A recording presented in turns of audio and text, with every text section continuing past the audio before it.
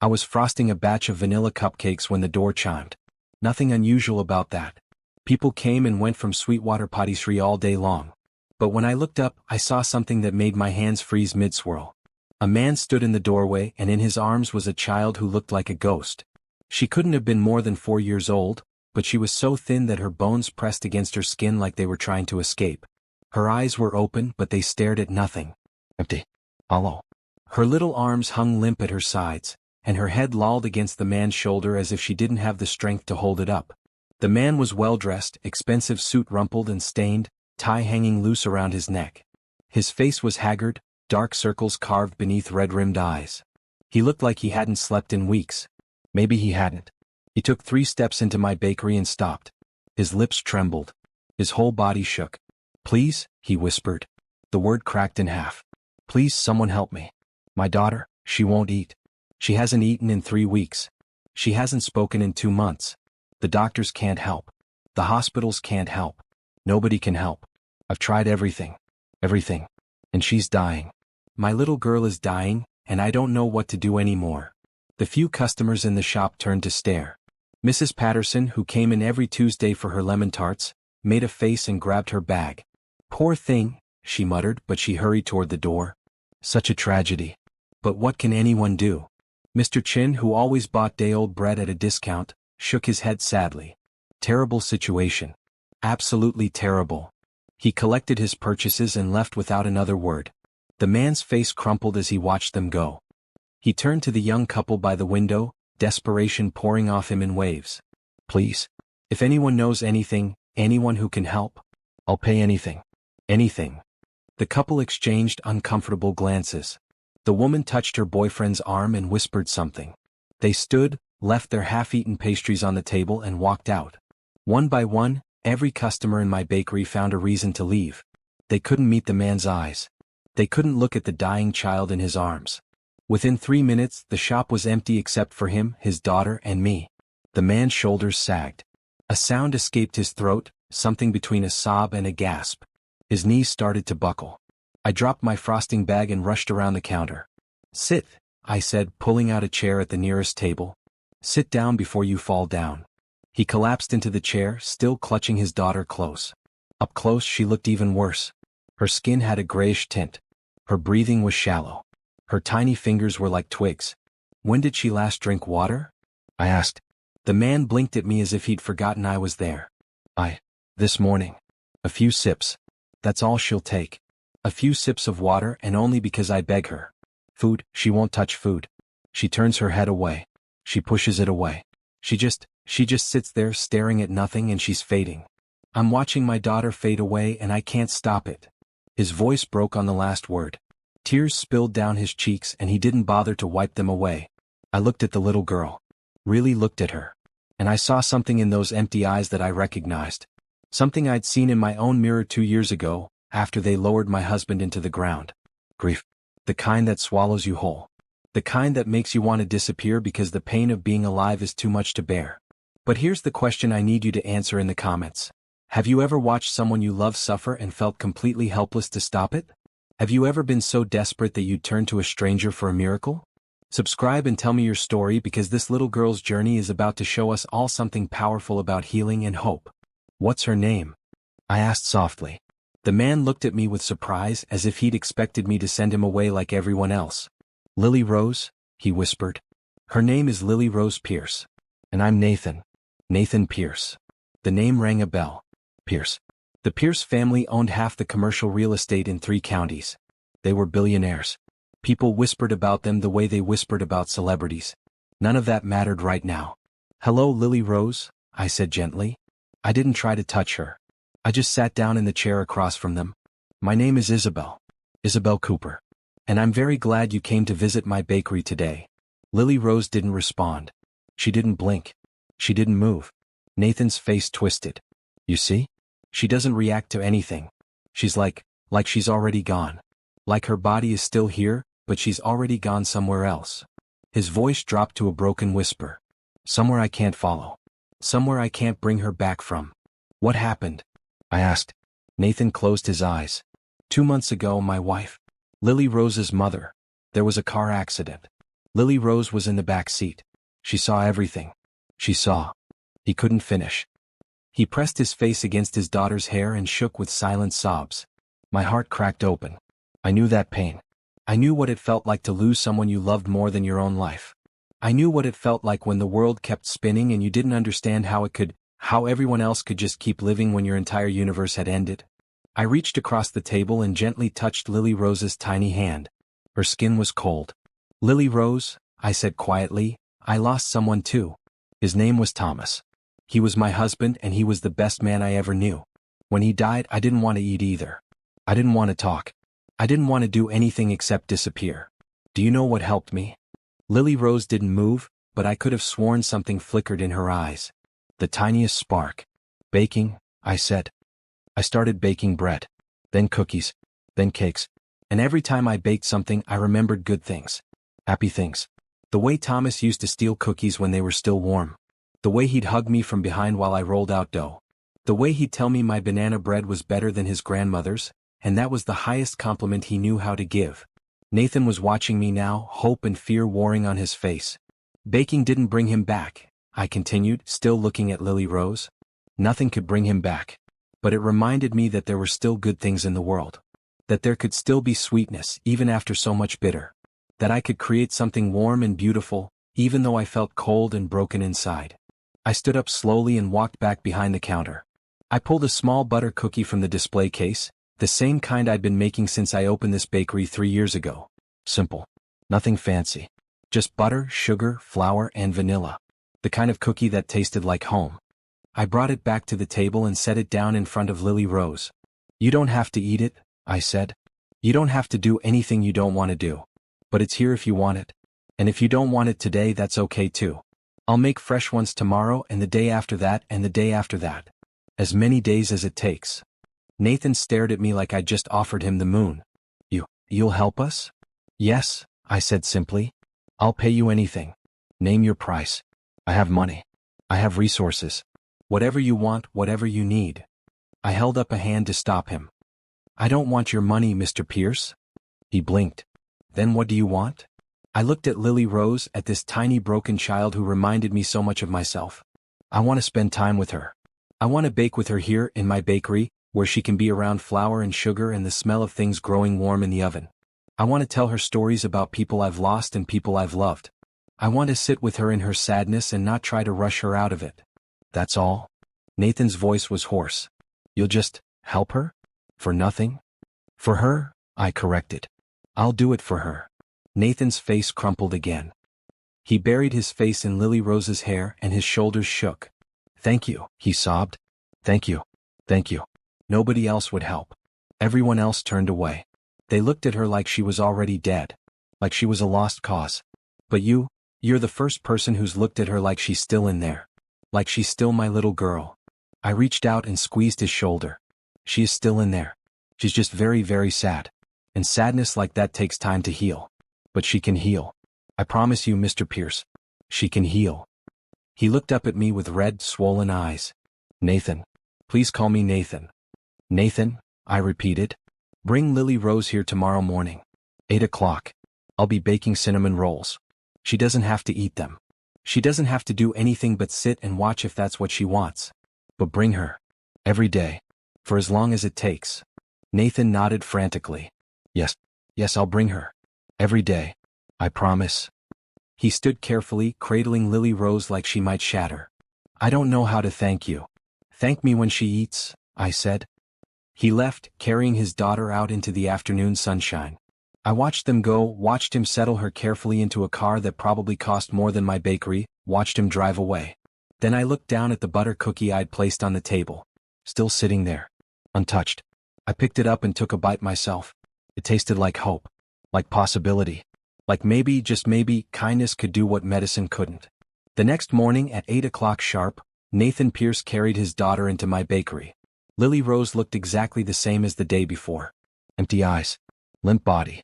No response to the world around her. But she was here. And that was enough. I smiled at them both and pulled a tray of cinnamon rolls from the oven. Good morning, Lily Rose, I said as if she were any other customer. I'm so glad you came back. Nathan Pierce had always believed that money could solve any problem. It It was a belief that had been reinforced his entire life. Need a better education? Buy it. Want to expand the business? Buy it. Facing a legal challenge? Hire the best lawyers money could buy. But money couldn't bring his wife back. And money couldn't make his daughter eat. The day Rebecca died started like any other Saturday. She'd been taking Lily Rose to her ballet class, something they did every week. Mother-daughter time, Rebecca called it. The two of them would stop for hot chocolate afterward, and Lily Rose would chatter about plies and pirouettes all the way home. Nathan had been at the office, reviewing acquisition proposals for a new property development. His phone rang at 10:47 a.m. He almost didn't answer. He was busy, and Rebecca knew not to interrupt him during work hours unless it was important. Something told him to pick up. It wasn't Rebecca. It was a police officer.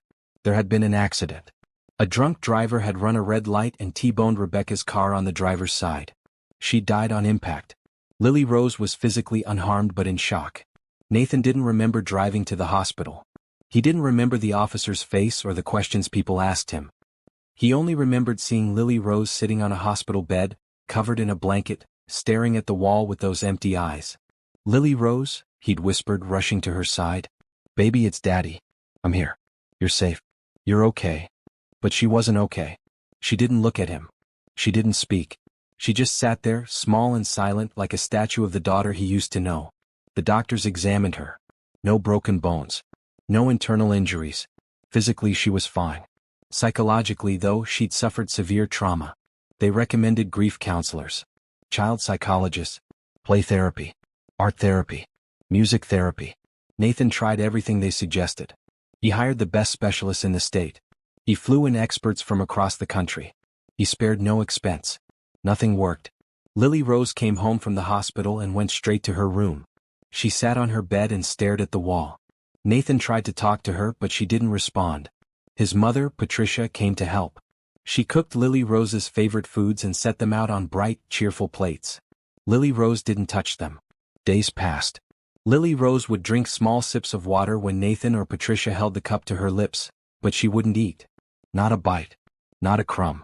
She'd turn her head away or let the food fall from her mouth, or simply sit with her lips pressed together until whoever was trying to feed her gave up. The doctors said it was a trauma response. Sometimes, after witnessing something horrific, children shut down completely. They retreat into themselves because the outside world has become too painful to exist in. Food refusal was common in these cases. The body doesn't want to do anything that requires energy or attention. It just wants to disappear. She needs intensive therapy, one psychologist said. This could take months, maybe years. She needs medication to stabilize her mood, another suggested. Then we can work on the eating. She needs a structured inpatient program, a third recommended. Somewhere she can be monitored around the clock and receive specialized care. Nathan tried the medication. Lily Rose's eyes went even more blank. He tried the inpatient program. She sat in the corner of a sterile room and stared at the wall for 3 days straight until Nathan couldn't bear it anymore and brought her home. 2 weeks became 3. Lily Rose grew thinner. Her skin took on a grayish tint. Her hair started to fall out in small clumps. Nathan would sit beside her bed at night, watching her chest rise and fall with shallow breaths, terrified that one night it would just stop. "You have to eat, baby," he'd whisper. "Please. Please eat something. Anything. I'll get you whatever you want. Ice cream. Pizza. Candy. Just name it, sweetheart. Please." Lily Rose never responded. The doctors warned him that if she didn't start eating soon, they'd have to insert a feeding tube. Nathan agreed, desperate. But when they tried, Lily Rose screamed. It was the first sound she'd made in weeks, a high-pitched shriek of pure terror that didn't stop until they removed the tube. After that, she went even more silent, even more withdrawn. Nathan couldn't bear to try again. 3 weeks. 21 days without food. Lily Rose was dying in front of him, and Nathan was powerless to stop it. He'd sit in his office late at night, head in his hands, and wonder what he'd done wrong. How he'd failed as a father. How his daughter could be slipping away and he couldn't do a single thing to save her. His mother found him there one night, hunched over his desk, crying. "Nathan," Patricia said softly, sitting down across from him, "you need to try something different." "I've tried everything, Mom. Everything. The best doctors. The best therapists. Nothing works. She's giving up. And I don't know how to fight something I can't see." Patricia was quiet for a long moment. Then she said, "Have you tried that baker woman?" The one who runs the little shop on 3rd Street. Nathan looked up, confused. What? A baker? Mom, what is a baker going to do that teams of specialists couldn't? I don't know, Patricia admitted. But there's something about her. People say her food makes them feel different, comforted, like they've come home. I know it sounds strange, but I bought a loaf of her bread last month, and it was the first time since Rebecca died that I felt like I could breathe properly. Nathan shook his head. That's just good baking, Mom. It's not magic. Maybe not, Patricia said. But at this point, what do you have to lose? What did he have to lose? Nathan looked down at his hands, at the wedding ring he still wore even though his wife was gone. He thought about Lily Rose, about her empty eyes and her skeletal frame and the way she was fading a little more every single day. He had everything to lose. Fine, he said. I'll go see this baker. The next afternoon, Nathan drove to 3rd Street. Sweetwater Patisserie was a small shop wedged between a dry cleaner and a hardware store. The front window displayed pastries and cakes, all arranged neatly on white platters. Nothing fancy. Nothing that screamed miracle worker. Nathan almost turned around. This was ridiculous. A baker wasn't going to save his daughter. But then he remembered Patricia's words. What do you have to lose? He went inside. The smell hit him first. Warm bread, cinnamon, sugar, vanilla. It smelled like every good childhood memory he'd ever had, all rolled into one. A woman stood behind the counter, piping frosting onto cupcakes. She was beautiful, with warm brown skin and natural hair pulled back in a bun. She wore a simple blue apron over a green dress. When she looked up and smiled at him, something in Nathan's chest loosened just slightly. Good afternoon, she said. Can I help you with something? Nathan opened his mouth, then closed it. How did you ask a stranger to save your dying child? How did you explain that you'd exhausted every logical option and were now grasping at hope itself? He started, then stopped. I heard you make good bread. The woman's smile widened. I try my best. Would you like to try a sample? She cut a slice from a fresh loaf and handed it to him. Nathan took a bite. It was perfect. Soft and warm and exactly the right amount of salt. It tasted like something his grandmother used to make when he was small, before the money and the business and all the complications. Tasted like home. It's good, Nathan said quietly. Thank you. The woman went back to her cupcakes. Nathan stood there watching her work. She moved with a quiet confidence, nothing rushed or forced. There was a peace about her that he couldn't quite name. Like she'd been through something terrible and come out the other side softer instead of harder. Do you? Nathan struggled with the words. Do you believe food can help people? I mean beyond just nutrition? The woman paused and looked at him. Really looked at him. Yes, she said. I do. I think food can be medicine. Not the kind that cures diseases, but the kind that heals hearts. The kind that reminds you that good things still exist in the world. Nathan's throat tightened. My daughter, he said. She hasn't eaten in 3 weeks. She won't speak. She won't respond to anything. And I've tried everything. Doctors, therapists, medications, everything. And she's dying, and I don't know what else to do. The woman set down her frosting bag. What's your daughter's name? Lily Rose. She's 4 years old. Nathan's voice cracked. She watched her mother die 2 months ago. And ever since then she's been disappearing. And I can't reach her. I can't bring her back. The woman came around the counter. My name is Isabelle Cooper, she said. And I lost my husband 2 years ago. I know what it feels like to not want to be in the world anymore. I know what it feels like when everything tastes like ash and nothing matters because the person you loved most is gone. Nathan stared at her. How did you survive it? I baked, Isabelle said simply. And slowly, very slowly, I remembered that there were still things worth living for. Small things. The smell of bread. The feel of dough. The way a perfect cookie could make someone smile. Can you help my daughter? Nathan asked. The words came out as a plea. Can you at least try? Isabelle didn't hesitate. Yes, she said. Bring her to me. Before I became the woman who saved Lily Rose Pierce, I was just Isabelle Cooper, the baker nobody paid attention to. People came into my shop because the pastries were good and the prices were fair, but they never really saw me. I was part of the background, like the wallpaper or the coffee machine. I'd learned to be okay with that. Being invisible meant being safe. It meant nobody asked too many questions about why I'd opened a bakery in the first place, or why I always wore long sleeves even in summer, or why I sometimes went days without speaking to anyone except to take orders and say thank you. I hadn't always been invisible. 3 years ago, I was Isabelle Williams, married to Thomas Cooper, working as a nurse at County General Hospital. We had plans. Big plans. We were going to buy a house with a yard. Maybe have a baby or two. Grow old together and watch our grandchildren play in that same yard. Then Thomas got sick. It started with a cough. Nothing serious, we thought. Everyone gets coughs. But this one didn't go away. It got worse. Thomas started losing weight. Feeling tired all the time. I made him see a doctor, and that's when our lives fell apart. Lung cancer. Stage 4. Already spread to his lymph nodes. 6 months to live, maybe less. Thomas lasted 4 months. 4 months of watching the strongest man I'd ever known waste away to nothing.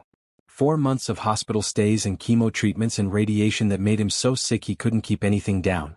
4 months of him apologizing to me, saying he was sorry he was leaving me, sorry he couldn't keep his promises, sorry he couldn't give me the life we'd planned. I told him every single day that he had nothing to be sorry for. That loving him had been the greatest gift of my life. That I'd rather have 4 more months with him than a whole lifetime with anyone else. I meant every word. Thomas died on a Tuesday morning in April. The dogwoods were blooming outside the hospital window. He held my hand and told me he loved me, and then he was gone. I didn't know how to exist after that. The world kept spinning and I couldn't understand why. How could the sun keep rising? How could people keep going to work and making dinner and laughing at jokes when Thomas was gone? When my entire reason for existing had stopped existing. I quit my job at the hospital. I couldn't walk those halls anymore, couldn't smell that antiseptic smell without remembering Thomas in a hospital bed, too weak to stand. For weeks I barely moved. I sat in our apartment and stared at the walls. I didn't eat. I didn't sleep. I just existed in a fog of grief so thick I couldn't see through it. Then one day I found Thomas's grandmother's recipe box in the back of a closet.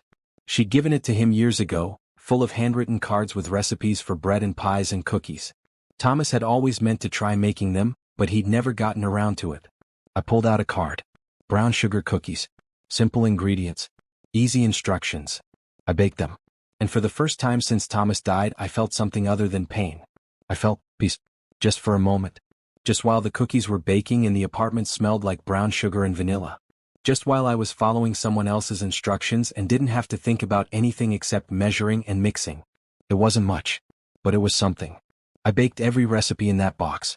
Bread. Muffins. Cakes. Scones. And every time I baked something, I felt Thomas with me. Not in a sad way. In a warm way. Like he was standing behind me, hands on my waist, telling me I was doing great. I started giving the baked goods away to neighbors. They loved them. They asked if I'd consider selling them. I'd never thought about baking professionally, but I needed something to do with my days. Something other than sitting in an empty apartment and drowning in memories. I used Thomas's life insurance money to lease a small shop space on 3rd Street. I named it Sweetwater Patisserie, after the street where Thomas and I had our first apartment. I opened 6 months after he died. The bakery saved my life. It gave me a reason to get up in the morning.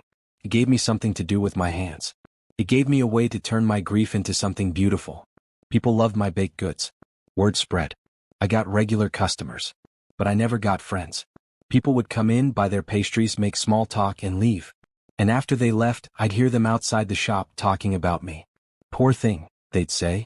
So sad about her husband. She's nice enough, but she's so quiet. A bit simple, don't you think? Just a baker. Nothing special. The word stung at first. But eventually I stopped caring. Let them think I was simple. Let them think I was nothing special. I knew the truth. I knew that I'd survived something that should have destroyed me. I knew that every loaf of bread I baked was an act of defiance against the darkness that had tried to swallow me whole. I knew that I was stronger than they could possibly imagine. Still, it was lonely. Running the bakery by myself, living in the small apartment above it, spending my evenings alone with nothing but the memory of Thomas for company. Some nights were harder than others. Some nights I'd lie in bed and wonder if this was all my life would ever be. If I'd spend the next 40 years baking bread for people who didn't really see me, going through the motions without ever really living. But then I'd wake up the next morning and I'd bake. Because that's what I knew how to do. That's what Thomas's grandmother had taught me through her recipe cards. You get up. You keep going. You turn flour and sugar and butter into something that makes people happy, even if you're not happy yourself. The day Nathan Pierce walked into my bakery, I'd been awake since 4 in the morning. I always started early. It gave me time to bake before the customers arrived. Time to lose myself in the rhythm of kneading and rolling and measuring. I was frosting cupcakes when he came in. He looked expensive. Designer suit. Fancy watch. The kind of man who was used to getting what he wanted when he wanted it. But his eyes were desperate. Wanted.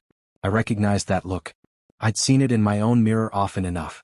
When the other customers left, when he was standing there alone with his dying daughter in his arms, I didn't think. I just acted. I said yes because how could I say no? How could I look at that little girl and not see myself 2 years ago, wishing I could just disappear because the pain was too much? I didn't know if I could help Lily Rose. I didn't have special training or magical powers. I just had flour and sugar and the memory of my own grief. But sometimes that's all you need. Sometimes, the person who can help you most is the person who's already walked through the fire and come out the other side. The next morning, Nathan brought Lily Rose to the bakery at 8 o'clock sharp. I'd already been baking for 4 hours. Cinnamon rolls just like I'd promised. The bakery smelled like heaven. Nathan carried Lily Rose inside and set her gently in a chair at one of the small tables by the window. She sat there like a doll, limp and lifeless, staring at nothing. "Good morning, Lily Rose," I said cheerfully, pulling the tray of cinnamon rolls from the oven.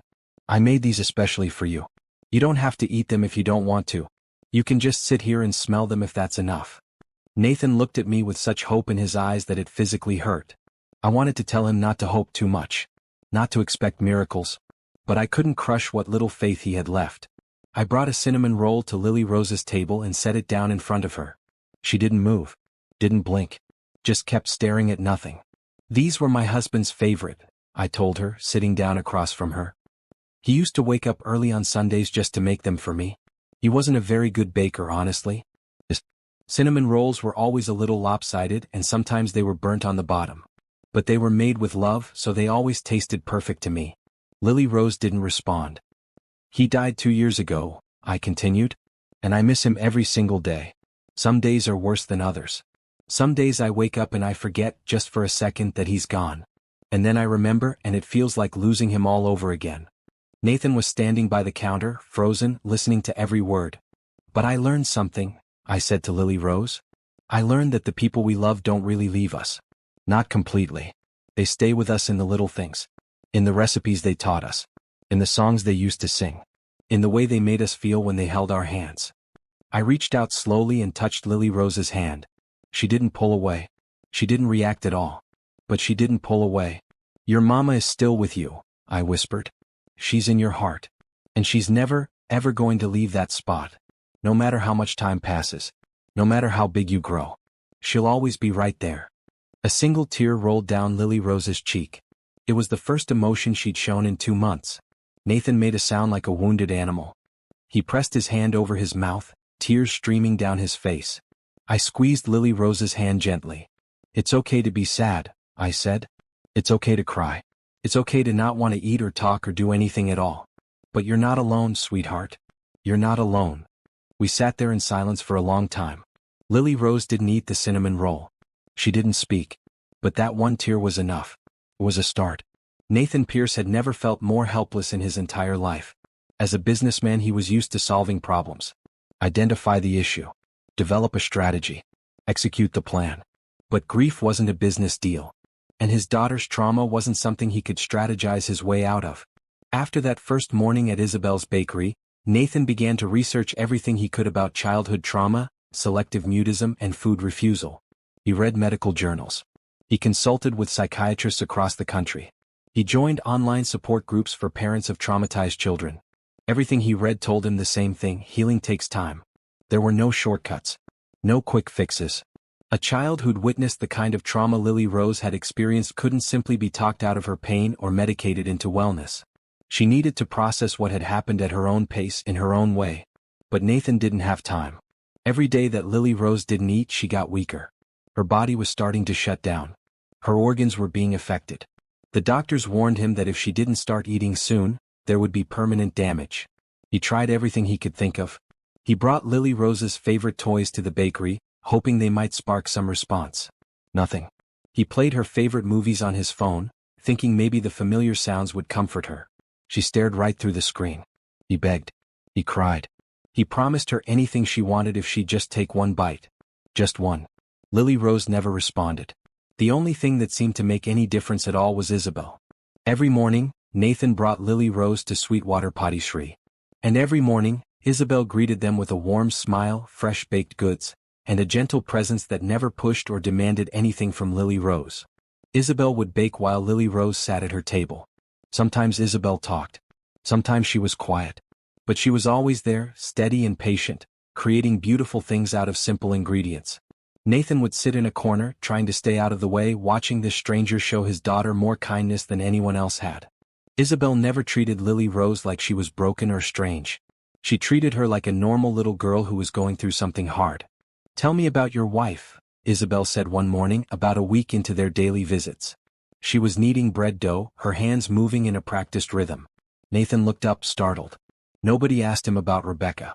People avoided the subject as if talking about her would somehow make things worse. "Rebecca," Nathan said slowly, testing the name on his tongue. It hurt. God, it hurt. But it also felt good in a strange way. Like he was keeping her alive by saying her name out loud. She was the best person I ever knew. Kind. Patient. She could light up a room just by walking into it. Isabelle smiled. "She sounds wonderful."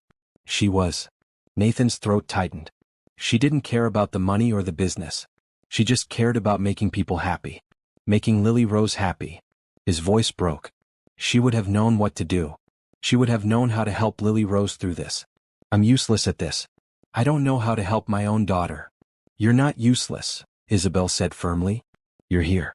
You show up every single day. You hold her. You bring her to a safe place. That's not useless, Nathan. That's love." Nathan wanted to believe her. But when he looked at Lily Rose sitting at her table like a ghost, he felt like he was failing in the most fundamental way possible. "How did you do it?" he asked Isabelle. "How did you survive losing your husband?" Isabelle was quiet for a moment. Her hands kept moving, kneading the dough with steady, sure movements. "I didn't survive it at first," she finally said. "I drowned in it. I let the grief pull me under, and I stayed underwater for a long time. Long enough that I wasn't sure I wanted to come back up." Nathan understood that feeling all too well. "But then I started baking," Isabelle continued. "And baking gave me something to do with my hands. Something to focus on besides the pain. It didn't make the grief go away. Nothing makes grief go away. But it made it bearable. It gave me moments where I could breathe." She looked over at Lily Rose. "That's what we're doing here. We're giving her moments where she can breathe. Where she doesn't have to think about what happened or what she lost. She can just be. And eventually, those moments will get longer. And longer. Until one day she'll remember that there are still good things in the world." "How long did it take you?" Nathan asked. "To remember there were good things?"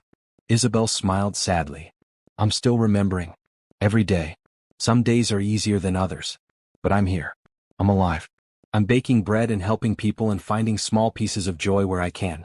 That's all any of us can do." Nathan watched Lily Rose for a long moment. She was staring at Isabelle's hands as they worked the dough. It was the most focused he'd seen her in weeks. "Thank you," he said quietly. "For doing this. For helping us." "You don't have to thank me," Isabelle replied. "I want to help. Lily Rose reminds me of myself. And if I can spare her even a fraction of the pain I went through, then it's worth it." That afternoon, Nathan's mother came to the bakery. Patricia Pierce was a formidable woman, tall and elegant, with silver hair styled perfectly and designer clothes that probably cost more than most people's cars. She'd been skeptical when Nathan first told her about Isabelle, but she'd agreed to come see for herself. Patricia walked into Sweetwater Patisserie like she owned the place, her expensive heels clicking on the floor. But when she saw Lily Rose sitting at the table, her expression softened. "Hello, sweetheart," Patricia said gently, kneeling down beside her granddaughter. Lily Rose didn't respond.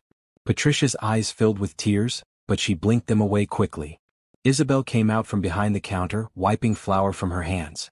"You must be Nathan's mother," she said, extending a hand. "I'm Isabelle Cooper." Patricia stood and shook her hand, assessing her with sharp eyes. "Patricia Pierce. Nathan tells me you've been working with Lily Rose." "I've been spending time with her," Isabelle corrected. "I'm not a therapist. I'm just someone who understands what it's like to lose someone you love." Patricia studied her for a long moment. Then she said, "Nathan also tells me you've refused any payment." "That's right." "Why?" Isabelle shrugged. "Because I don't need it. And because some things are more important than money." Patricia's expression shifted. She looked at Isabelle with something that might have been respect. "You're not what I expected." "What did you expect?" "Someone trying to take advantage of my son's desperation," Patricia said bluntly. Someone who saw a wealthy, grief-stricken man and thought they could exploit him. Isabelle met her gaze steadily. I'm not interested in exploiting anyone, Mrs. Pierce.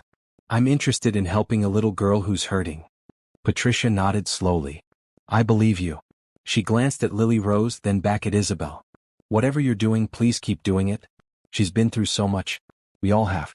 And you're the first person who's made me feel like there might be hope. There's always hope, Isabelle said. Sometimes we just have to look harder to find it. Patricia reached into her purse and pulled out a business card. This is my personal number. If you need anything at all, anything that might help Lily Rose, you call me. Day or night. Isabelle took the card. Thank you. After Patricia left, Nathan approached Isabelle. She likes you, he said. My mother doesn't like many people. Isabelle smiled.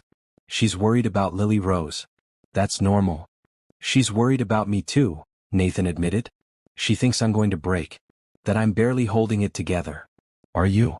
Isabelle asked gently. Nathan laughed, but there was no humor in it. I don't know. Some days I feel like I'm doing okay. And then I look at Lily Rose and I realize I'm not okay at all. I'm terrified.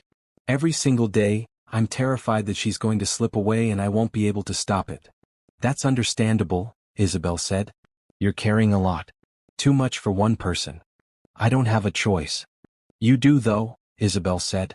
You can let other people help. You can lean on your mother. You can lean on me. You don't have to do this alone. Nathan looked at her. Really looked at her. This woman who'd lost as much as he had, who understood pain in a way most people couldn't, who was offering him kindness without expecting anything in return. Why are you helping us? He asked. Really? Why? Isabelle was quiet for a moment. Then she said, because 2 years ago when my husband died I needed someone to help me. And nobody did. Everyone was kind, everyone was sympathetic, but nobody really understood. Nobody knew how to sit with me in my grief without trying to fix it or rush me through it. I had to figure out how to survive on my own. And I don't want Lily Rose to go through what I went through. I don't want her to feel that alone. Nathan's eyes burned with tears. I don't know how to repay you. You don't repay kindness, Isabelle said. You pass it forward. 2 weeks into their daily visits to Sweetwater Patisserie, something changed. It was subtle. So subtle that Nathan almost missed it. But Isabelle noticed. Lily Rose was watching her hands as she rolled out pie dough. Not just staring through her the way she stared at everything else. Actually watching. Following the movements. Her head turned slightly to track the rolling pin. Isabelle caught Nathan's eye and gave him a tiny nod. Keep watching. I'm making apple pie today, Isabelle said conversationally. It's one of the harder pies because you have to make sure the apples are sliced just right. Too thick and they don't cook properly. Too thin and they turn to mush. She picked up an apple and began to peel it with a small knife, the peel coming off in one long spiral. My husband used to challenge me to see if I could peel the whole apple without breaking the peel. He said it was good luck if you could do it. The peel broke. Isabelle laughed softly. Well, I guess I need more practice. She sliced the apple into thin, even pieces and dropped them into a bowl. Then she picked up another apple and held it out toward Lily Rose. Would you like to try peeling one? Isabelle asked. Nathan held his breath. Lily Rose didn't move. That's okay, Isabelle said easily. She set the apple down on the table in front of Lily Rose. It's here if you change your mind. She went back to her work, humming softly. Nathan watched his daughter, hope and fear tangled in his chest. 10 minutes passed. 15. 20. Then, so slowly that Nathan almost didn't believe what he was seeing, Lily Rose reached out and touched the apple. Just a touch. The tips of her fingers against the smooth red skin. Nathan's heart nearly stopped. Isabelle didn't react. She kept working, kept humming as if nothing extraordinary was happening. But Nathan saw the slight smile on her face. Lily Rose picked up the apple. She held it in both hands, turning it slowly, examining it from all sides. Apples are interesting, aren't they? Isabelle said, still not looking directly at Lily Rose. They grow on trees. Did you know that? Apple trees have white or pink flowers in the spring, and then the flowers turn into apples. It takes all summer for them to grow big enough to pick. Lily Rose set the apple back down on the table. But she'd touched it. She'd picked it up. She'd engaged with something outside her own head for the first time in 2 months. That night, after Nathan took Lily Rose home, he called his mother. She touched an apple, he said, and then he started crying. Patricia was silent for a moment. Then she said, That's good, sweetheart. That's very good. It's just an apple, Mom. She didn't eat it. She didn't speak. She just touched it. Progress is progress, Patricia said firmly. Don't dismiss small victories. They add up. Nathan wanted to believe her. But he was so tired of hoping. So tired of looking for signs that might not mean anything at all. The next morning, Isabelle was making bread when they arrived. Lily Rose sat at her usual table, and Nathan settled into his corner, watching. Isabelle brought a ball of dough to Lily Rose's table. This is bread dough, she explained. It's made of flour, water, yeast, and salt. That's it. 4 ingredients. But when you knead it and let it rise and bake it, those 4 simple ingredients turn into something amazing. She set the dough on the table in front of Lily Rose. You can touch it if you want. Feels interesting. Kind of soft and springy. Lily Rose stared at the dough. Isabelle went back to her own work, kneading another ball of dough on the counter. She didn't push. Didn't prod. Just let the invitation hang in the air. 5 minutes passed. Then 10. Then Lily Rose reached out and poked the dough with one finger. Nathan's breath caught. Lily Rose poked it again. Then again. Then she pressed her whole palm against it, feeling the way it gave under her hand.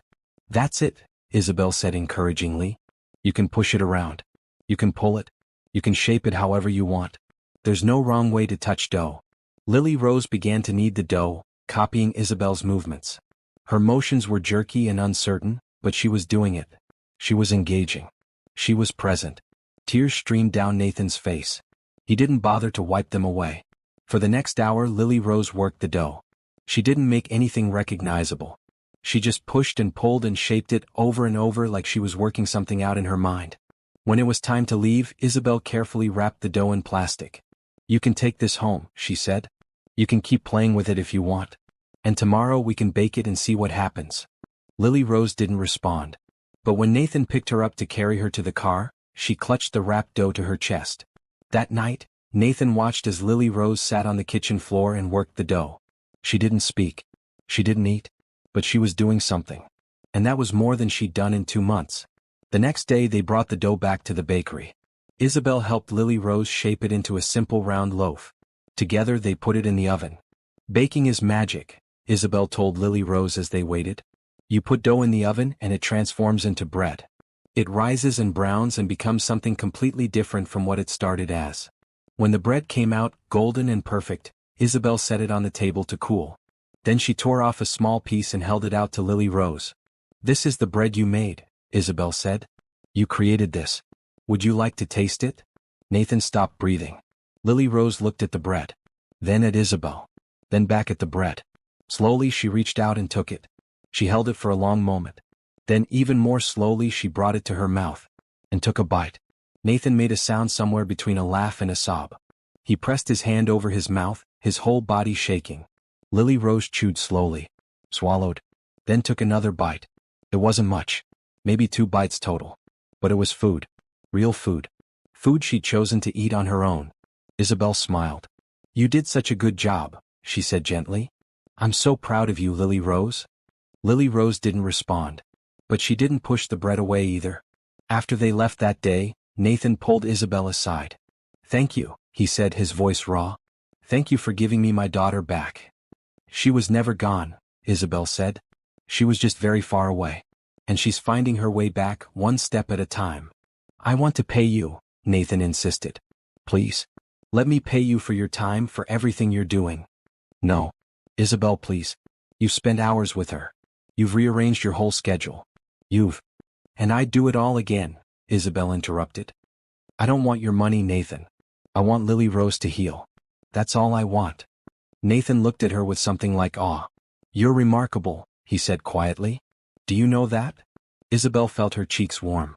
I'm just doing what anyone would do. No, Nathan said firmly. You're doing what no one else would do. What no one else could do. You're saving my daughter's life.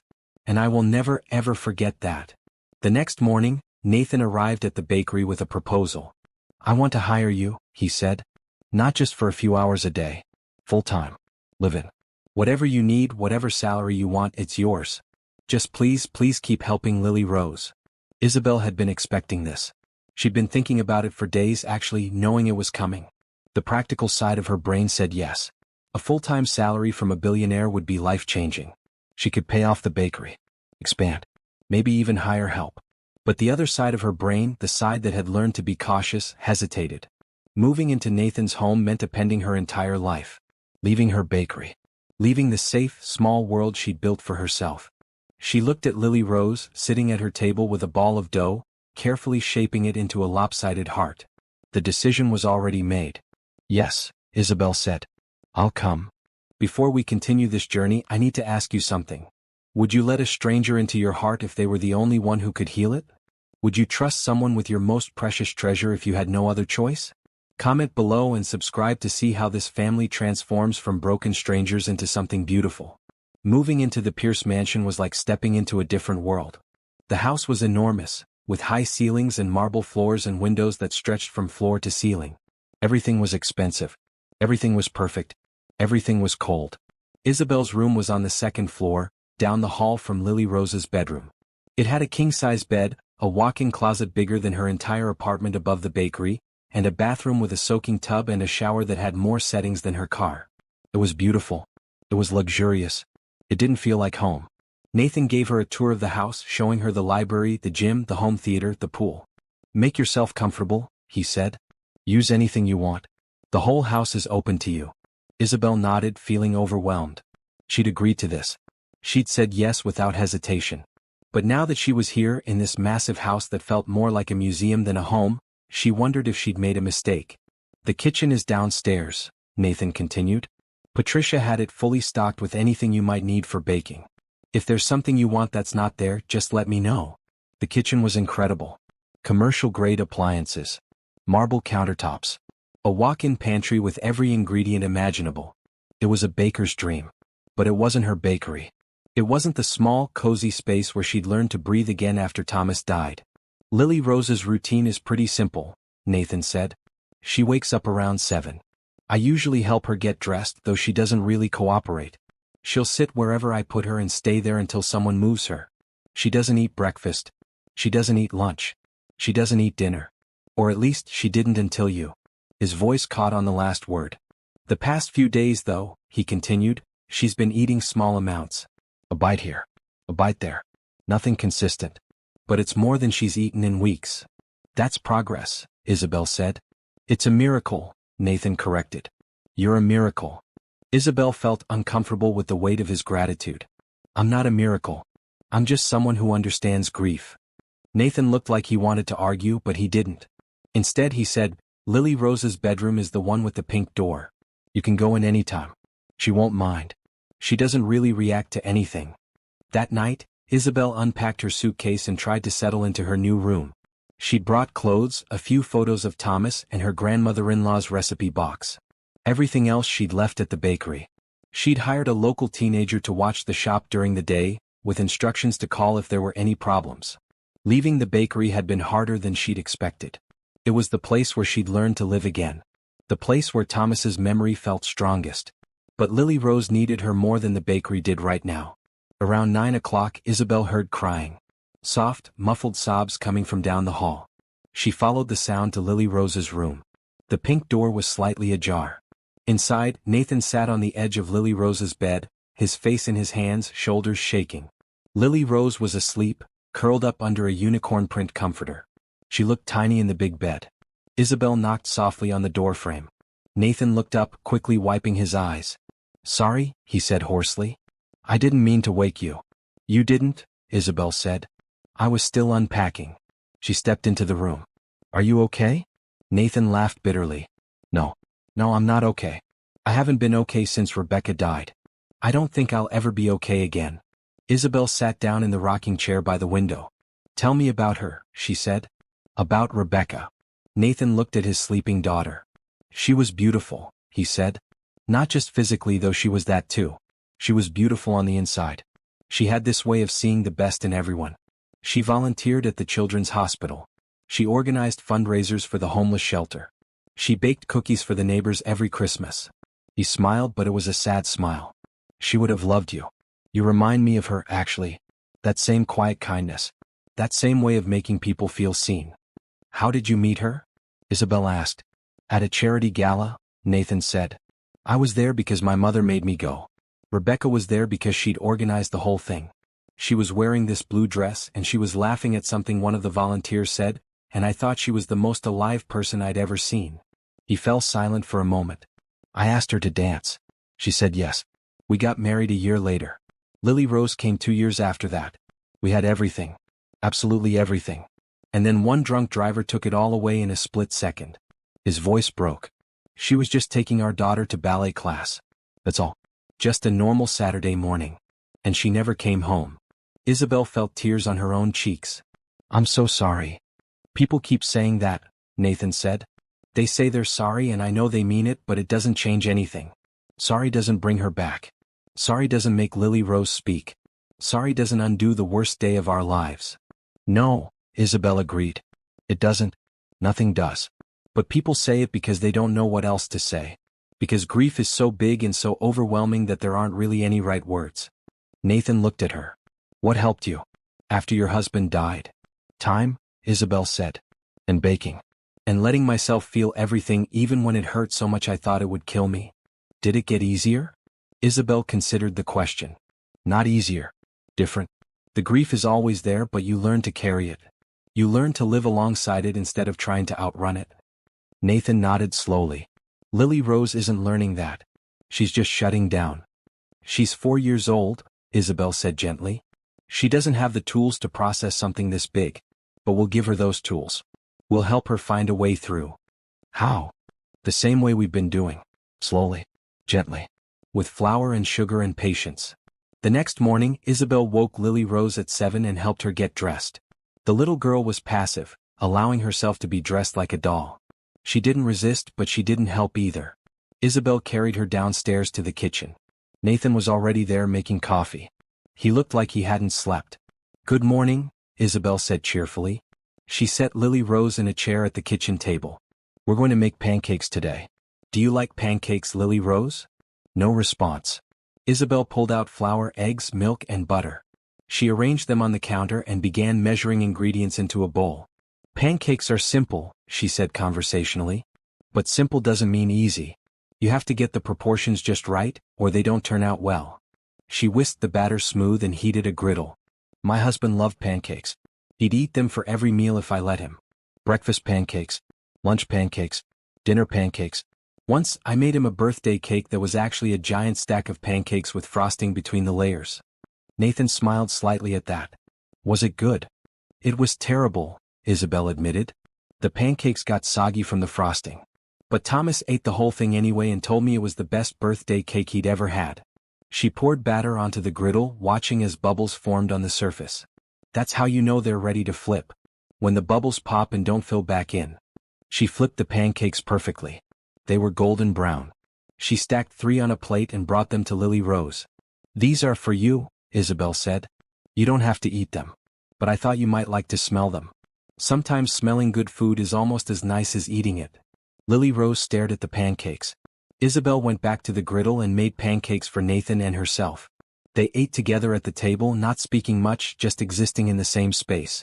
When they were done, Nathan cleared the plates. Lily Rose's pancakes were untouched. That's okay, Isabelle said. Maybe tomorrow. This became their routine. Every morning, Isabelle would make something for breakfast and offer it to Lily Rose with no pressure. Lily Rose never ate. But she would sit at the table. She would smell the food. She would watch Isabelle cook. Days passed like this. Isabelle moved through the kitchen with practiced ease, teaching without teaching, showing Lily Rose through her actions that creating food could be a form of meditation, of healing. On the 5th day, Isabelle was making biscuits. She rolled out the dough on the counter and used a round cutter to shape them. You want to cut them straight down, she explained. Don't twist the cutter. That seals the edges and they won't rise properly. She cut out a dozen biscuits and arranged them on a baking sheet. Then she brought the leftover scraps of dough to Lily Rose. You can play with this if you want, Isabelle said. It's just scraps. You can shape it into anything. Lily Rose looked at the dough. Then slowly she reached out and touched it. Nathan, who was drinking coffee in the corner, set down his mug carefully. Lily Rose began to work the dough, her small hands pressing and pulling. She wasn't making anything specific. She was just feeling the texture, exploring how it moved under her fingers. That's wonderful, Isabelle said softly. You're doing so well. Every day after that, Isabelle gave Lily Rose scraps of whatever she was making. pie dough, cookie dough, bread dough. And every day Lily Rose would work the dough with increasing confidence. 2 weeks after Isabelle moved in, Lily Rose shaped the dough into a star. It was lopsided and lumpy, but it was recognizable. It was intentional. Nathan started crying right there at the kitchen table. Isabelle baked the star and gave it back to Lily Rose on a small plate. "Look what you made," she said. "You made a star." Lily Rose held the baked star in her hands, turning it over, examining it. Then she took a bite. It was small. Maybe just a nibble. But it was food she'd made herself and she'd chosen to eat it. Progress. Lily Rose didn't suddenly start eating normally. That would have been too easy, too much like a movie where everything gets fixed with one big moment. Real healing wasn't like that. Real healing was slow and messy and full of setbacks. But she did start eating. Small amounts. Unpredictable timing. Always things she'd helped make, never things that someone just put in front of her. Isabelle adjusted her approach. Instead of making full meals, she focused on simple recipes that Lily Rose could participate in. They made butter together, shaking cream in a jar until it separated. They made fruit salad, with Lily Rose carefully arranging strawberries and blueberries on a plate. They made grilled cheese sandwiches, with Lily Rose watching the bread turn golden brown in the pan. And little by little, bite by bite, Lily Rose ate. Nathan watched this transformation with a mixture of relief and grief. Relief that his daughter was finally eating, finally engaging with the world again. Grief that it had taken a stranger to reach her when he couldn't. "You're her father," Isabelle told him one evening. They were sitting in the living room after Lily Rose had gone to bed. "She needs you. This isn't about me replacing you. This is about me helping her until she's ready to come back to you." "She doesn't even look at me anymore," Nathan said. "When I pick her up, she's limp. When I talk to her, she doesn't respond. It's like I'm invisible to her." "She's protecting herself," Isabelle said. "She lost her mother. In her child's mind, she's terrified of losing you too. So she's keeping everyone at a distance. If she doesn't attach, she can't be hurt again." "How do I get through to her?" "You keep showing up," Isabelle said. "You keep being present. You keep loving her even when she can't love you back right now. Eventually, she'll feel safe enough to let you in again." Nathan wanted to believe her. But it was hard to be patient when every day without his daughter's voice felt like an eternity. 3 weeks after Isabelle moved in, something changed. They were making cookies, the three of them in the kitchen. Isabelle was measuring ingredients. Lily Rose was standing on a step stool watching. Nathan was sitting at the table, pretending to work on his laptop but really just watching his daughter. "Can you hand me the vanilla?" Isabelle asked Lily Rose, pointing to the small bottle on the counter. Lily Rose picked up the vanilla and handed it to Isabelle. It was such a small thing. A simple action. But it was cooperation. It was engagement. It was Lily Rose participating instead of just existing. Isabelle smiled. "Thank you, sweetheart. That's very helpful." They finished making the cookies and put them in the oven. While they waited for them to bake, Isabelle wiped down the counter and Lily Rose sat at the table, swinging her legs. Nathan noticed that Lily Rose was watching him. Not just staring through him the way she usually did. Actually watching him. Her eyes were focused on his face. He didn't move. Didn't speak.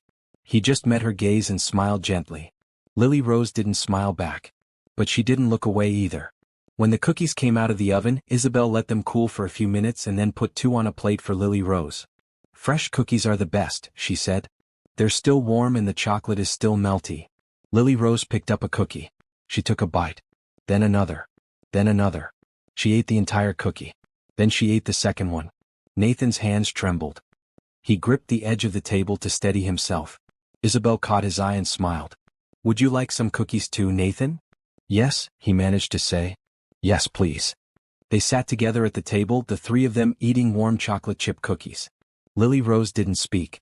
But she was present in a way she hadn't been in months. That night, after Lily Rose was asleep, Nathan found Isabelle in the library. She was reading a cookbook, making notes in the margins. "She ate 3 cookies today," Nathan said. 3 whole cookies." "I know," Isabelle said. "She's doing so well." Nathan sat down across from her. "I need to tell you something." Isabelle set down the cookbook. "Okay." "When Rebecca died," Nathan began, "I thought my life was over. I thought I'd lost everything that mattered. But then Lily Rose started shutting down and I realized I could lose even more. I could lose her too in a different way. And that was even more terrifying." He paused, struggling to find the right words. "You saved her. You saved both of us. And I don't know how to thank you for that." You don't have to thank me, Isabelle said gently. But I do, Nathan insisted. You gave up your bakery, your home, your entire life to move in here and help a little girl you barely knew. You asked for nothing in return. You didn't want money or recognition or anything. You just wanted to help. And I need you to know that it matters. That you matter. Isabelle felt tears welling up. Lily Rose matters to me, she said. She reminds me of myself after Thomas died. And if I can help her avoid some of the pain I went through, then it's worth it. Nathan reached across the table and took her hand.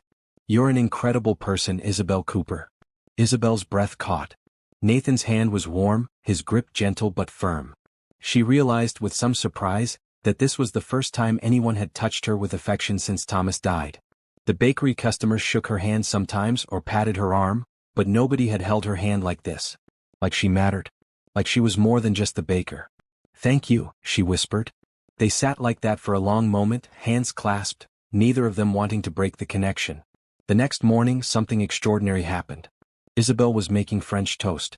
Lily Rose was at the table watching as always. Nathan was reading the newspaper. Isabelle brought a plate of French toast to the table and set it in front of Lily Rose. This is French toast, she said. It's bread soaked in egg and milk and then fried in butter. My husband used to make it for me on lazy Sunday mornings. Lily Rose looked at the French toast. Then she looked at Nathan. Daddy, she said. The word was so quiet, so unexpected, that for a moment Nathan thought he'd imagined it. But then Lily Rose said it again, louder this time. Daddy. Nathan's newspaper fell from his hands. He stared at his daughter, eyes wide, mouth open. Lily Rose, he breathed. Daddy, Lily Rose repeated. She pointed at the French toast. Mama made this. Nathan's face crumpled. He fell to his knees beside her chair and pulled her into his arms, sobbing. Yes, baby. Mama used to make French toast. Just like this. And it was the best French toast in the whole world. Lily Rose wrapped her thin arms around Nathan's neck. I miss Mama. I know, sweetheart. I know. I miss her too. So much. Is she coming back? Nathan pulled back enough to look into his daughter's eyes. No, baby. Mama can't come back. She's in heaven now. But she loves you. She loves you so much. And she's always with you right here. He pressed his hand over Lily Rose's heart. Right here forever. Lily Rose's eyes filled with tears. It hurts. I know, Nathan whispered. It hurts for me too. But we're going to be okay. You and me. We're going to be okay. Lily Rose buried her face in Nathan's shoulder and cried. Real tears for the first time since the accident. Not the silent, frozen grief, but actual sobs. Nathan held her and cried with her, rocking her gently, whispering that he loved her, that everything would be all right, that they would get through this together. Isabelle stood by the stove, tears streaming down her own face, watching this father and daughter finally grieve together. It was the beginning of healing. Real, lasting healing. After Lily Rose spoke for the first time, it was like a dam had broken. She didn't become a chatterbox overnight, but words came more frequently. Short sentences. Simple observations. Questions about her mother. Nathan handled each question with as much honesty as a 4-year-old could understand. Yes, Mama was gone. No, she couldn't come back. Yes, it was okay to be sad. Yes, it was okay to be angry. Yes, Mama loved her very, very much. Isabelle watched Nathan navigate these difficult conversations with admiration. He was learning to be present with his daughter's grief instead of trying to fix it.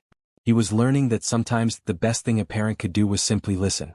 Lily Rose's appetite improved too. She started eating regular meals, though she still preferred things she'd helped prepare.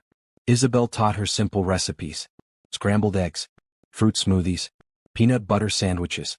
Nothing complicated, but enough that Lily Rose felt like she had some control over what went into her body. The house started to feel different.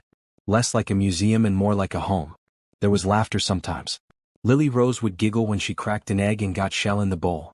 Nathan would tell silly jokes at dinner. Isabelle would hum while she baked, and the sound would fill the kitchen with warmth. Patricia came to visit often.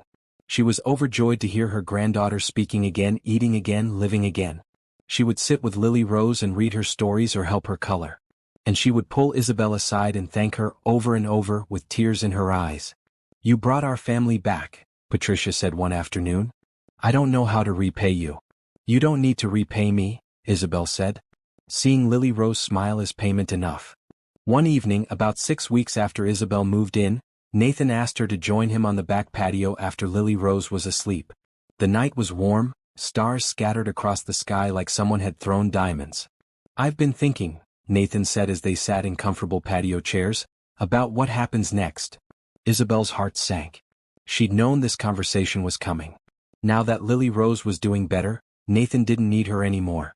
She'd be going back to her bakery, back to her small apartment, back to her quiet, lonely life. "I understand," she said, trying to keep her voice steady. "Lily Rose is doing so much better. She doesn't need me like she used to." "That's not what I meant," Nathan said quickly. He turned to face her. "I don't want you to leave, Isabelle. I want you to stay." Isabelle blinked. "Stay. As part of our family," Nathan clarified. "Not as an employee. As something more." Isabelle's heart began to race. "Nathan, I don't." "I know this is sudden," Nathan interrupted. "I know we've only known each other for a couple of months. But Isabelle, you've become so important to us. To me. You're not just the woman who saved Lily Rose. You're the woman who saved me too." He reached over and took her hand. "When Rebecca died, I thought I'd never feel anything again except pain. But you've shown me that there can be happiness even after loss. That there can be new beginnings. That life doesn't end just because someone we love is gone." "Nathan," Isabelle whispered, overwhelmed. "I'm not asking you to replace Rebecca," Nathan said. "Nobody could ever replace her. But I'm asking if you'd be willing to build something new with us. With me and Lily Rose. Something that honors the past but doesn't live in it." Isabelle didn't know what to say. Her feelings for Nathan had been growing, she realized. Slowly, quietly, like yeast rising in dough. She tried to ignore them, tried to tell herself that what she felt was just gratitude or friendship. But it was more than that. She'd fallen in love with this broken family. With this little girl who reminded her so much of herself. With this man who wore his grief openly and was learning to be the father his daughter needed. "I need time to think," Isabelle said. Nathan nodded, though disappointment flickered across his face. "Of course. Take all the time you need."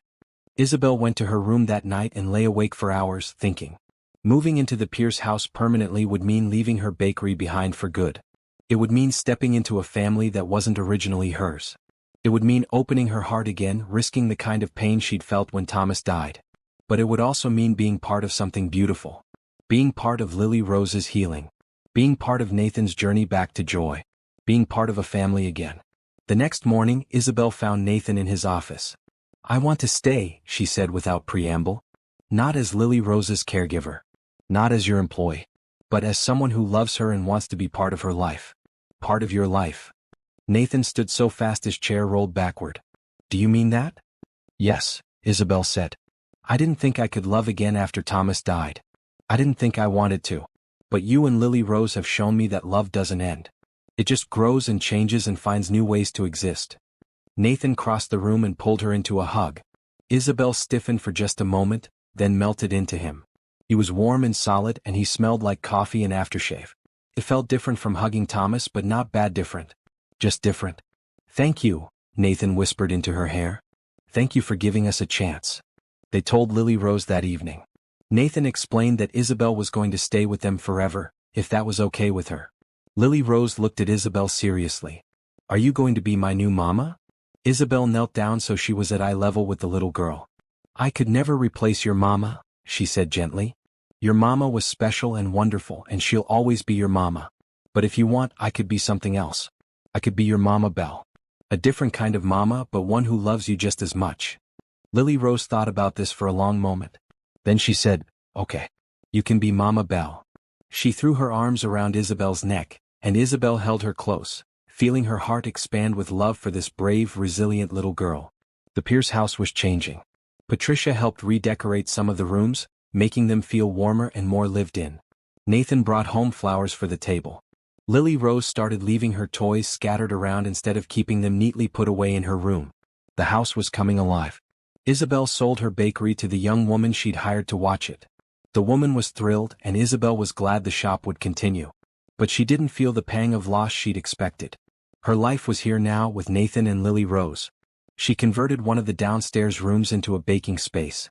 It wasn't as big as her commercial kitchen had been, but it was hers. She could still bake when the mood struck her, still create the breads and pastries that brought her peace. Nathan and Lily Rose would often join her in the kitchen. Nathan turned out to be terrible at baking, but Lily Rose had a natural talent. She'd carefully measure ingredients and follow instructions, creating cookies and muffins that looked almost professional. "You're so good at this," Isabelle told her one day as Lily Rose decorated a batch of sugar cookies. "I learned from you," Lily Rose said simply. Isabelle felt tears prick her eyes. She was learning from Lily Rose too. Learning that healing wasn't linear. Learning that family could be chosen as well as born. Learning that love could grow in the strangest places. One Saturday morning, 3 months after Isabelle moved in, Nathan took them to Rebecca's grave. Lily Rose had asked to visit, and Nathan had agreed, though he was nervous about how she'd react. They brought flowers. Daisies, Rebecca's favorite. Lily Rose stood in front of the headstone, reading her mother's name out loud. "Rebecca and Pierce," she said. "Beloved wife and mother." "That's right," Nathan said quietly. Lily Rose set the daisies on the grave. Then she said, "Mama, this is Mama Belle. She's been helping me. She makes good cookies. I think you'd like her." Nathan's eyes filled with tears. He looked at Isabelle and she saw gratitude and love and grief all mixed together on his face. "I'm taking good care of them," Isabelle said to the headstone. "I promise. I'll love them as much as you did." The wind picked up, rustling the leaves on the trees above them. It felt like an answer. Like permission. Like Rebecca was telling them it was okay to move forward. They went home and baked together, the three of them filling the kitchen with the smell of cinnamon and sugar. And for the first time since Rebecca died, the house felt full instead of empty. Life in the Pierce household settled into a comfortable rhythm. Mornings were for baking. Afternoons were for playing. Evenings were for family dinners around the big table in the kitchen, something Nathan insisted on even though the formal dining room was much more elegant. "Families eat together," he said. "That's what Rebecca always believed." And she was right. Lily Rose thrived with structure and routine. She still had hard days, days when she'd cry for her mama and refuse to be comforted by anyone. But those days were fewer now, and in between them were good days. Days full of laughter and joy and the simple pleasures of being a child.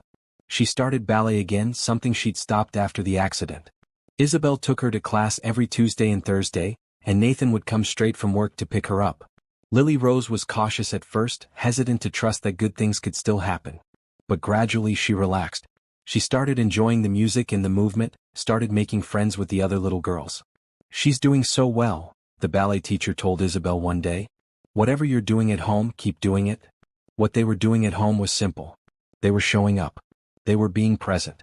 They were creating a safe space where Lily Rose could be sad when she needed to be sad and happy when she needed to be happy. Nathan was changing too. The haunted look had faded from his eyes. He smiled more. He laughed more. He started taking weekends off from work to spend time with Lily Rose and Isabelle. They went to the park. They visited the zoo. They had picnics by the lake. They did all the normal things families did, and slowly the weight of grief lifted enough that they could breathe. Isabelle found herself healing too.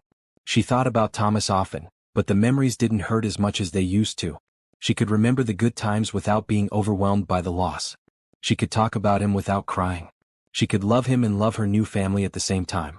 One evening, Nathan and Isabelle were sitting on the back patio again, watching the sunset. It had become their ritual, these quiet moments after Lily Rose went to bed, when they could talk without interruption. "I've been thinking about something," Nathan said. "What's that?" "I want to start a foundation," he said. "In Rebecca's name. To help families dealing with childhood trauma. Families like ours who don't know where to turn or how to help their kids." Isabelle smiled. "That's a beautiful idea. I want you to be part of it," Nathan continued. "I want you to help develop programs that use baking and cooking as therapeutic tools. I've seen what it did for Lily Rose. I think it could help other children too." "Nathan, I'm not a therapist," Isabelle protested. "No, but you understand grief in a way most therapists don't," Nathan said. "You've lived it. You've survived it. And you've helped Lily Rose survive it too. That experience is valuable. More valuable than any degree." Isabelle considered this. The idea of helping other families, other children, was appealing. If she could spare even one person the pain she'd gone through, it would be worth it. "Okay," she said. "I'll help." Nathan grinned. "Really? Really?" He reached over and took her hand, threading his fingers through hers. They sat like that as the sun dipped below the horizon, painting the sky in shades of pink and orange. "I love you," Nathan said quietly. Isabelle's breath caught. They'd been building toward this moment for weeks, maybe months. The feelings had been growing between them, undeniable but unspoken. "I love you too," she said. Nathan turned to her, his eyes serious. "I know it's complicated.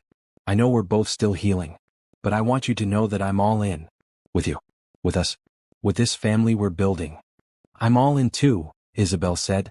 Nathan leaned in and kissed her. It was gentle, tentative, like he was afraid she might pull away. But Isabelle didn't pull away. She kissed him back, letting herself feel this new love without guilt or fear. When they broke apart, both of them were smiling. "I want to marry you," Nathan said. "Not right now. Not tomorrow. But someday when the time is right. I want you to be my wife. I want us to be a real family." "We already are a real family," Isabelle said. "I know. But I want to make it official." Isabelle laughed. "Are you proposing?" "Not yet," Nathan said. "But I'm letting you know my intentions." "Duly noted," Isabelle said, still smiling. They went inside hand in hand. Lily Rose was supposed to be asleep, but when they checked on her, she was sitting up in bed, wide awake. "Mama Belle," she said. "Daddy?" "We're here, sweetheart," Nathan said, sitting on the edge of her bed. "What's wrong?" "Nothing's wrong," Lily Rose said. "I just wanted to tell you something." "What's that?" "I'm happy," Lily Rose said simply. "I'm still sad about Mama sometimes. But I'm happy too." Nathan pulled her into a hug. "I'm happy too, baby. So happy." Isabelle sat on the other side of the bed and took Lily Rose's small hand. "We're going to be okay," she said. "All of us. Together." Lily Rose snuggled between them. "Can we have pancakes tomorrow?" "Absolutely," Isabelle said. "Any kind you want." "Chocolate chip," Lily Rose decided. "With extra chocolate chips." They all laughed, and it was the best sound in the world. The foundation took a year to establish. They called it Rebecca's Kitchen, and its mission was to provide grief counseling and cooking therapy for families dealing with childhood trauma. The program paired trained chefs and bakers with child psychologists to create a holistic approach to healing. Isabelle oversaw the development of the cooking curriculum. She created simple, age-appropriate recipes that children could make with minimal supervision. She trained volunteers on how to work with traumatized kids, emphasizing patience and understanding over pressure and expectations. The first family came through the program 6 months after it launched. A single father whose son had witnessed a violent crime and had stopped speaking. Isabelle worked with the boy personally, and within 3 months he was talking again.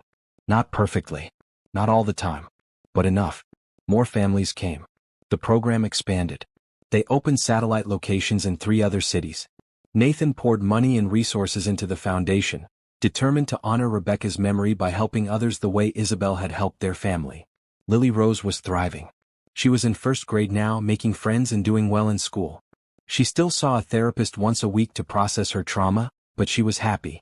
She was healthy. She was healing. On the 2-year anniversary of Rebecca's death, they had a small ceremony at her grave. Lily Rose brought flowers and a card she'd made herself.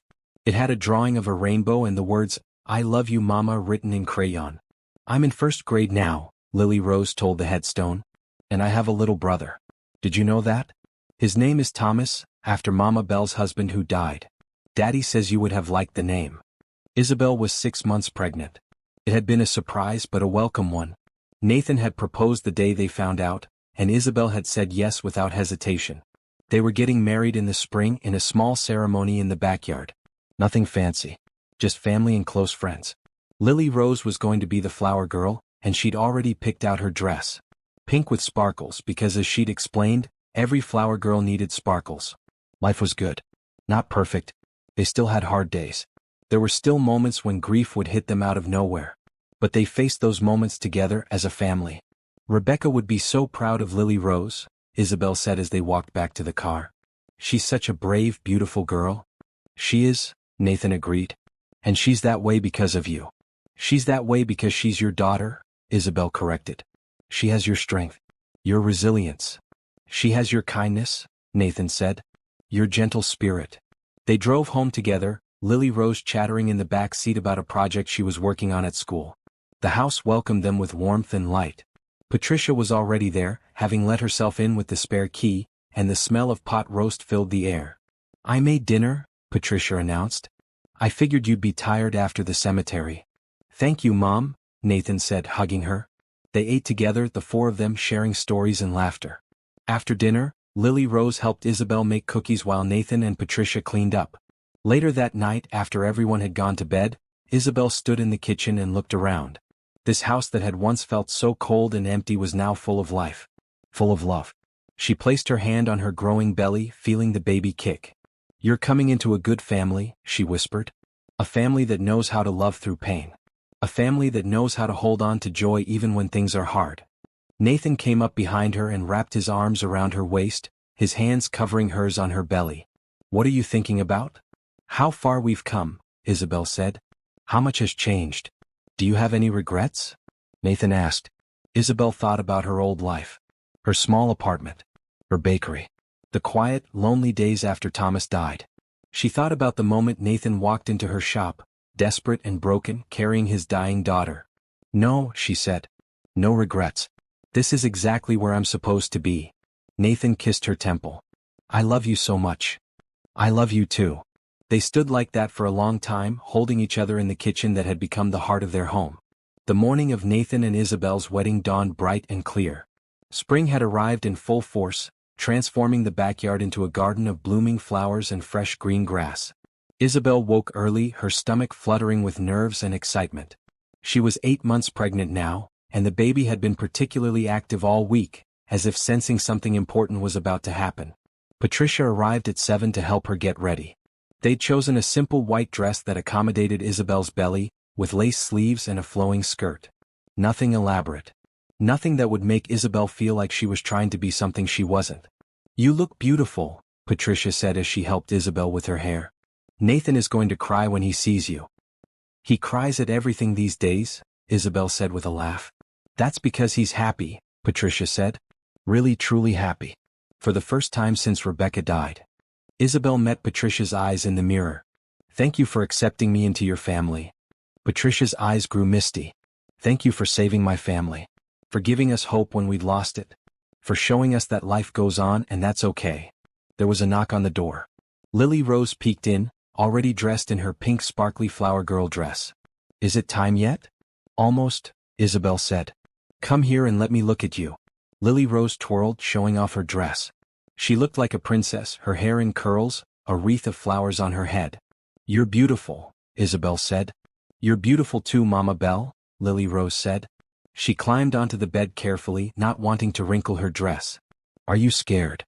"A little," Isabelle admitted. "Are you?" "A little," Lily Rose echoed. "But it's a good scared. Like when you go on a roller coaster and you're excited and nervous at the same time." Isabelle smiled. "That's exactly what it's like." "Will you still be my Mama Belle after you marry Daddy?" "Of course," Isabelle said. "I'll always be your Mama Belle. Nothing will change that." "Good," Lily Rose said, satisfied. She touched Isabelle's belly gently. "When is Thomas coming?" They'd found out they were having a boy and had decided to name him Thomas, after Isabelle's late husband. It felt right, like they were honoring the past while embracing the future. "In about 4 weeks, Isabelle said. "I'm going to be the best big sister," Lily Rose declared. "I know you will be." The ceremony was small and intimate. 30 guests, mostly family and close friends. They'd set up chairs in the backyard under a white canopy, with the garden providing a natural, beautiful backdrop. Nathan stood at the makeshift altar, wearing a dark blue suit. When he saw Isabelle walking toward him, Patricia on one side and Lily Rose on the other, tears immediately filled his eyes. Isabelle felt her own tears threatening. This man, who'd been so broken when she met him, now stood tall and strong, smiling at her with so much love it took her breath away. The ceremony was brief. They exchanged simple vows, promising to love and honor each other through good times and bad.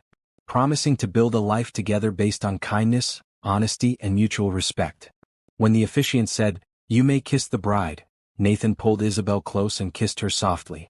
The guests applauded, and Lily Rose threw flower petals in the air, laughing with delight. The reception was held in the backyard as well. Tables laden with food, most of it made by Isabelle herself. She'd spent the week before the wedding baking bread and pastries, unable to help herself. Baking was her love language and she wanted to share that with their guests. "Everything is delicious," guests told her over and over. "You should open another bakery." But Isabelle didn't want another bakery. She was happy here in this house with this family. She had everything she needed. As the sun began to set, Nathan pulled Isabelle onto the makeshift dance floor for their first dance as husband and wife. The song was one Rebecca had loved, and Nathan had asked Isabelle if it was okay to use it. She'd agreed without hesitation. Rebecca would always be part of their story and that was okay. "I never thought I'd be here again," Nathan whispered as they swayed together. "I never thought I'd feel this happy after losing her." "She'd want you to be happy," Isabelle said. "She loved you. She'd want you to live." "I know," Nathan said. "And I am living. Really living. For the first time in years." Lily Rose joined them on the dance floor and Nathan picked her up, the three of them dancing together. Other guests joined in, and soon the backyard was full of people celebrating love and life and new beginnings. Later, as the party wound down and guests started to leave, Isabelle found herself alone with Lily Rose for a moment.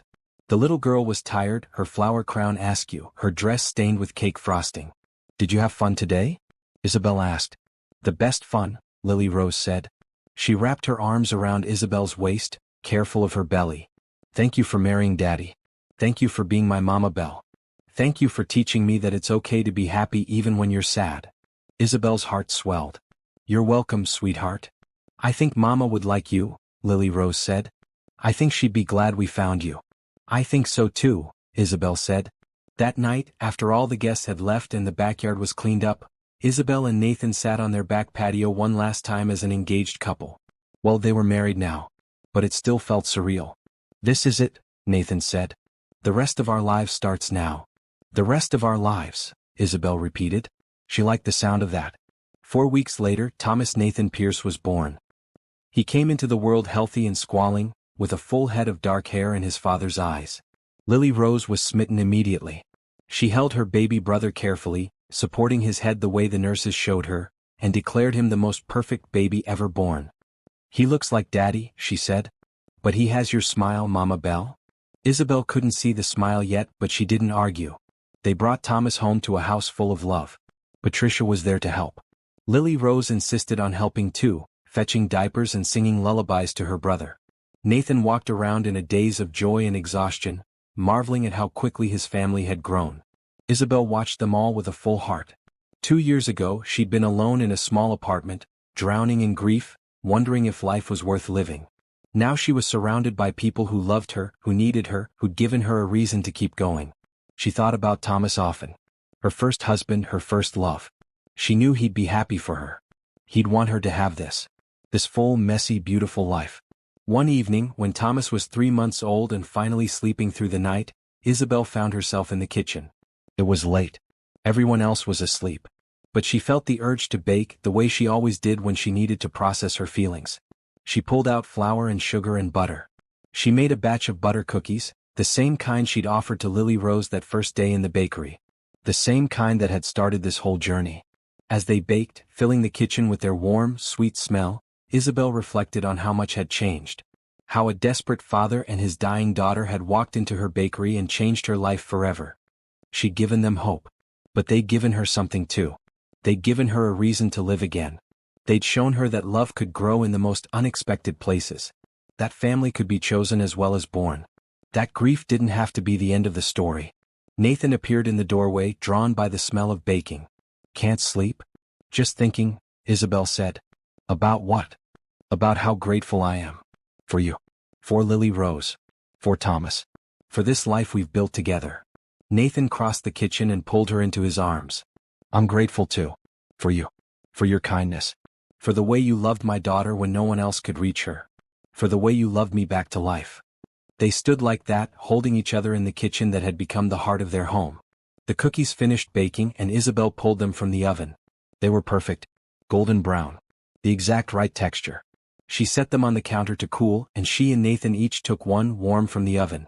"These are good," Nathan said. "They should be," Isabelle replied with a smile. "I've been making them for years." "No," Nathan said. "They're more than good. They're perfect. They taste like home. They taste like hope. They taste like everything good in the world." Isabelle laughed. "They're just butter cookies."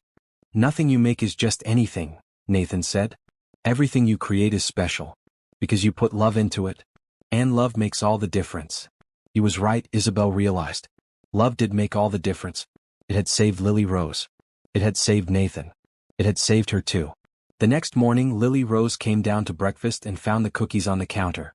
"You made cookies without me?" she said, mock offended. "I'm sorry," Isabelle said.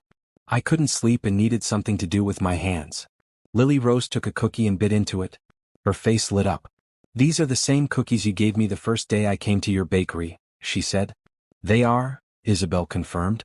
"I didn't eat that cookie," Lily Rose said. "I was too sad to eat anything. But I remember it. I remember you putting it on the table and telling me it was okay if I didn't want it." "I remember that too," Isabelle said.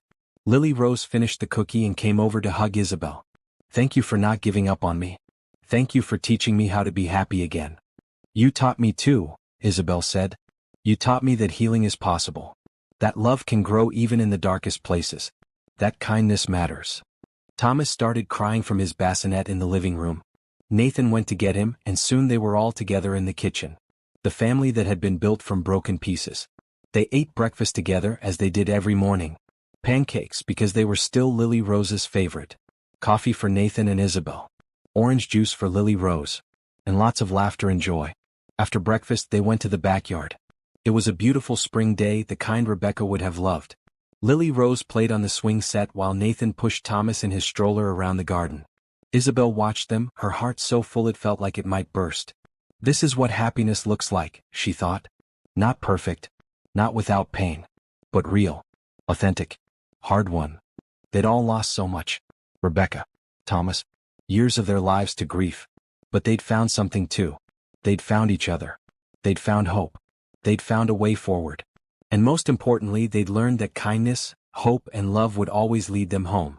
Lily Rose ran up to Isabelle, breathless and smiling. "Mama Belle, will you push me on the swing?" "Of course," Isabelle said. She stood and took Lily Rose's hand, and together they walked across the grass. Behind them, Nathan followed with Thomas, and the four of them spent the afternoon in the sun, laughing and playing and simply being together. A family. Imperfect in patchwork and absolutely perfect for them. This was their happy ending. Not the end of their story, but the beginning of a new chapter. One filled with hope and healing and the kind of love that saves lives. And it all started with a simple question. Can you make her eat again? The answer had been yes. But what Isabelle had really done was so much more than that. She'd made them whole.